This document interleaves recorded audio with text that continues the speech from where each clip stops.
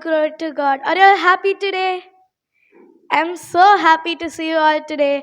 And for a second, just let us close our eyes and see towards our God Almighty. Lord, I thank you for this beautiful day, Lord. You have made us come together again in this day. We surrender everything in your mighty hands, Lord.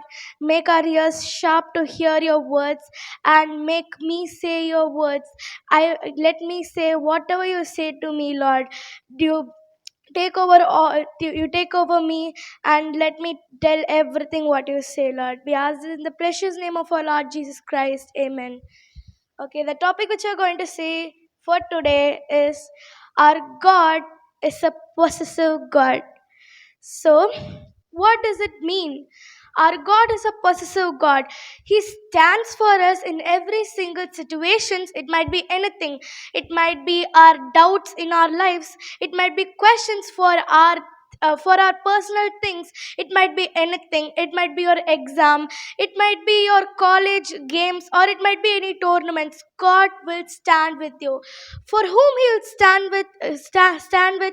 He stands for who stand for Him. He will be standing beside them who are standing very possessively for God. It means that they will be separated from the worldly things. They keep every worldly things beside and tell that God, you take over me. I am nothing. We should say in our life that Lord, you take me, you created me, you have a purpose in my life, and you should take over me every single thing which I do. So we should sacrifice everything worldly thing which we like games it might be, or it might be our friendship. We know that it's wrong, but we are still we can't come out of that. Tell God that I am nothing, Lord. Help me to come out of this particular thing. And I am nothing. We are nothing. We are only sand. We come from sand, we come from mud, and we return to mud. This is the thing. God told this in the beginning itself. While Adam and Eve, both of them did a sin, God told that you came from this sand and you will return for the same. So we are nothing. Everything is God's creation. We are not mightier than God. God made us. We cannot make a single thing without God's purpose in our life. So if we are possessive, if we sacrifice everything for our God Almighty, He will sacrifice everything for us. He came to the earth and He sacrificed Himself in the cross. For whom? For us, for our sins. He sacrificed Himself for our bad deeds, for our sin, to make us holy. For He is holy, we should also be holy. For He is truth, we should also be in truth. So we should stand in truth. So this is what God expects from us. He made us to worship Him, not to worship anything else, not to make idols. He had told in the 10 commandments there should not be any idols. We should only surrender us before the Lord God Almighty. We should not surrender us between any idols or something else, because He wants to be the Alpha and the Omega. He wants to be the beginning and the end in our life. He doesn't want anything to come across. We are in the world, but we should not be trusting worldly things, as we are the children of God. Amen. So another verse says in John 4:24, God is spirit and His worshippers must worship Him in spirit and in truth. What does this verse mean? Our God is spirit. We cannot see Him, but we can feel Him. He comes in our dreams and He just shows His mighty glory things every single day. The breath we take in and we leave it out is God's grace, and He is spirit. So we should also worship Him. Worshippers means whom? We who worship Lord God Almighty's name. So we should worship Him with all spirit. That means Holy Spirit. Holy Spirit guides us every day. He tells us what is good and what is bad. He differentiates everything and shows us His love. Lord Jesus Christ love every day, and He makes us walk in the right path. He doesn't leave us go in the wrong way, because He wants you and me to be with Him in heaven, and he wants to enjoy everything which is which is present in heaven. So he wants us to worship him with Holy Spirit and truth. What is truth? We should just truth means not only being so truthful for anyone, but mainly we should be truthful for our God Almighty, and we should show everyone God's love, and we should spread his love to every single person, because he created everyone, and he wants us to he makes us as a product to reach gospel to every single person, because he wants everyone in the world to be with him. He's not a God who pulls our hand and takes and going, you should be with him, with me, not anything. He doesn't pulls our hand. He waits for every single day, and stands beside us every day and tells us, one day my child will come to me, he will come to me, she will come to me. He waits for every single moment, and he's seeing everyone with an eyes which is asking us to come to him and join with the enjoyment in the heaven. So from this verse we learn that we should worship him with Holy Spirit and in truth. So a Bible character in Bible, there's a man who did these things. As we see in Daniel chapter 3, there's a king called Nebuchadnezzar, and he has made a golden statue, a golden image. So he wants everyone to bow down before it and give glory to that particular gold image. But what does our God say? What does our God Almighty says? We should not make anything as idols for us. Only our God should be our idol. Only our God should be our one truthful God. So he wants to be like this. So the king says this, that while the all musical instruments are blown, and while they are playing, they should bow down before the golden image, and they should bow down unless and until the music stops. So in this, he tells to all the people, it might be Jews or anyone in that particular country. So he was telling this. So he was telling, oh people, oh mighty kings, and everyone who might be in that particular country. It might be his governors, it might be a very VIPs, it might be, but he wants everyone to obey his commandment. A worldly king expects for this. Our God Almighty won't expect from us. He expects every single day that we should keep him in the front, and every worldly thing should be back. I have decided to follow Jesus. Have you all heard that song? What does it say? World behind me, cross before me. Cross, our Lord Almighty should be before us, and the worldly things should be after us, because he wants us to give first place in our life to him. If we give this, he will take us, he will overtake us, and he will lead us a very beautiful life in this world.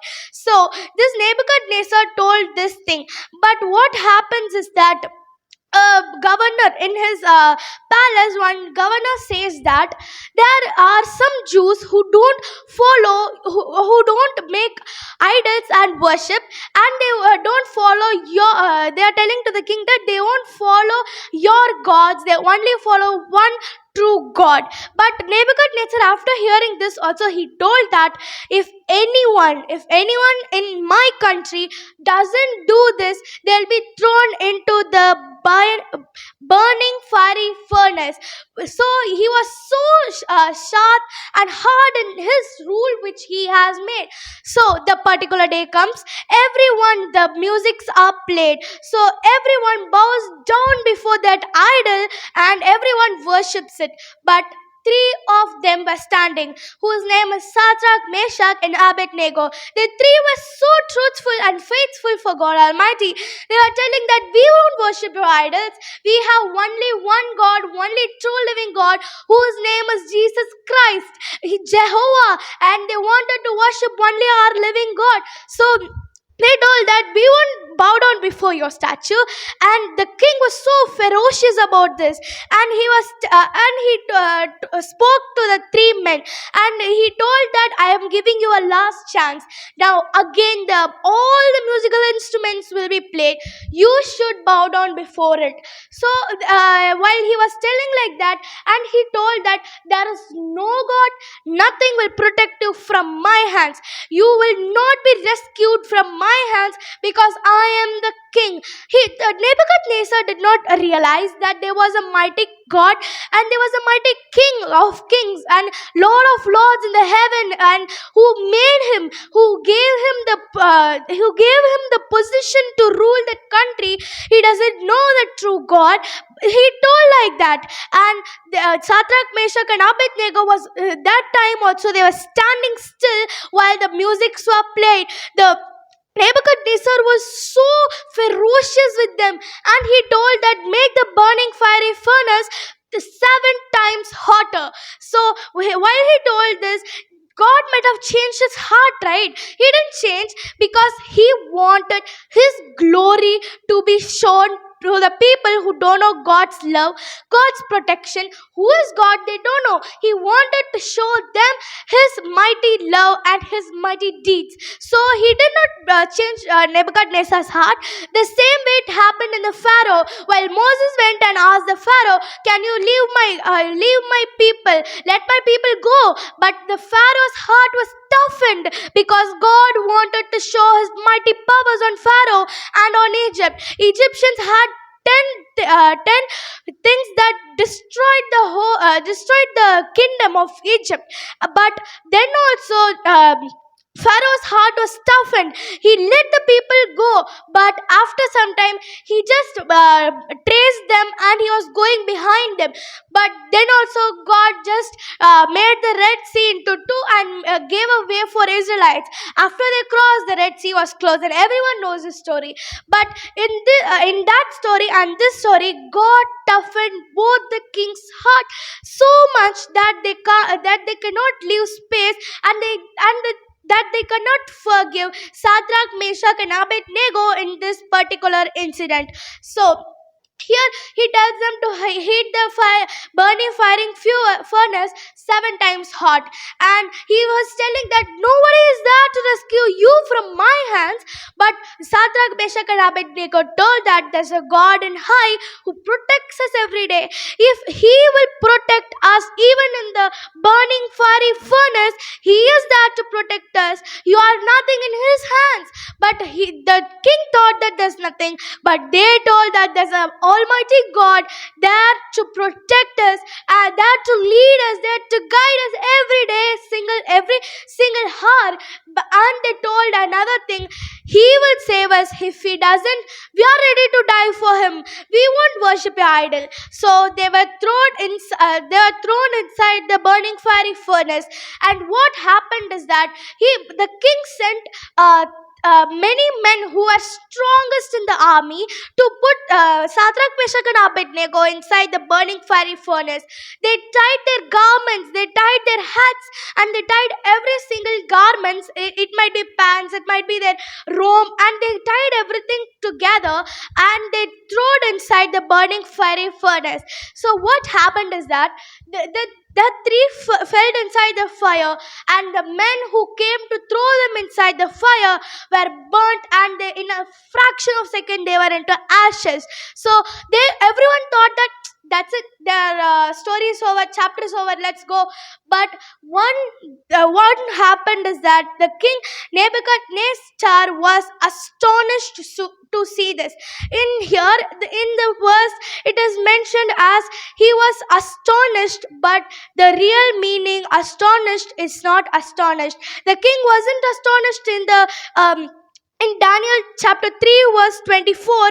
He wasn't astonished, he was terrified, as he told his governors that we threw only 3 inside, but who is that fourth one? He looks like God's son. He told that he is in the image of God. But he was so terrified, and he bowed down before that burning fiery furnace, and he told that and he was mentioning that, son of God, come out of the burning fiery furnace, because he saw that they tied them three, and they put them inside the burning fiery furnace, but there were four roaming coolly around the burning fiery furnace. So it's not possible. It's against nature. Nobody can come alive if they're thrown inside the fire. We know that if we just keep our hands inside the fire, what will happen to our hand? Our hand will start burning. If we keep our hair inside the fire, what will happen? Our hair will start burning. But here, God saved them in a very miraculous way, against nature and against every powers, and he saved them. While Nebuchadnezzar called, they three came out, and they were telling that, we told you that our God will protect us. He did the same in our life. Amen. So this will happen every time, because it might be your enemies, it might be they hating you, the people who hate you, but one day God will make them see with their own eyes that God is being with you. Amen. So he is being with us every day. If we are truthful to him, if we worship him with Holy Spirit, if we have Holy Spirit, he will be guiding us, guarding us every single day, and he will make us walk through the valley of shadows of dark, and we can walk fearlessly in the shadows of dark, and we can walk in the death ways, and he will protect us in every single days, and he will protect from every single bad things which Satan is taking and coming to put in our life and destroy us. He will stand and he will protect you in every single situation. Hallelujah. So here, the God made Nebuchadnezzar, who was the enemy in this story for Shadrach, Meshach and Abednego, he made himself, and he showed him eyes that there is a God, there is a Son of Man, and who saved us, who saved them, who are truthful for him. So from this, Nebuchadnezzar told that there should not be any idols. There should be only one true God who saved Shadrach, Meshach and Abednego. They should worship only him, nobody else. So he wanted them to worship only one single God, that's our Lord Jesus Almighty, or God Almighty. He wanted to worship only him. There was other Jews also. There might be other Jews also in the country of Nebuchadnezzar, but they also bowed down before that idol and worshipped. From this, what we see is that we should be truthful in every single deeds what we do, and we should not be like the other Jews who bow down and worship before the idols. We can all temptation comes for us. There's nothing like only Christians don't have temptations, only others have temptations. No, not like that. Christians have most temptation in this world. Satan comes and tempts us. He just tempted Jesus. Jesus itself, the Son of Man itself, he tempted 3 times. So we are nothing. We are nothing. He will tempt us every single day. But we should ask God for his mighty holy protection. We should be holy, for he is holy.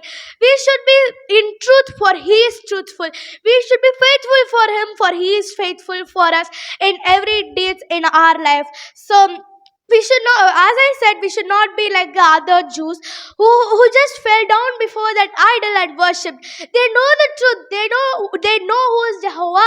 They know who is Rapha. They know everything about God. But Nebuchadnezzar doesn't know anything about God. But he told from his mouth that the God of Shadrach, Meshach and Abednego is the one true living God. Amen. So like he told that your enemies will tell to you that the God who is with you, or beside you, beneath you, everywhere is the living God. They will tell that from their mouth, like Nebuchadnezzar told. So we should remember every time that we should be truthful for God. We should not leave God. We should not deny God like Peter did 3 times. We should be truthful in every situations. It might be a tournament. They will be telling you that it might be a speech. They'll be telling, tell about this God, tell about this, tell about that, then only we'll give you prize, or then only we'll select you. Just deny that speech. Don't go for that. God will give you a mightiest thing than that, and He will make you shine like anything in your future, and God will protect you, and God will lead you. God made us to for His own glory, and He wanted us to worship Him and to do everything He likes, and He wanted us to repent and to show His mighty things. God gives us free will. It's our wish. God made us and He gave us free will to worship everything, but He gave us some commandments that if you are a Christian, you should follow these things. If you want to follow God, if you want to see God, you should do these things. If you want to see God in your things, in your own things, if He wants to stand beside you, you should be truthful first, and you should not deny Him in any situations it might be. So I asked this from you to be so. He is protecting us like pearl, and He's protecting us like an apple of His eyes. So we should not deny Him, and we should not hurt Him, because He is with us. He makes us everything, and He protects us, guides us, and leads us every single day. So thank you for this beautiful day, Lord. Now you opened our ears, and you spoke with me, and you spoke through me to everyone who are here, Lord. Lord, you made us hear everything, and help us to take this as a energetic thing in our spiritual life, and follow this in every single day, Lord. We ask this in the precious name of our Lord Jesus Christ. Amen.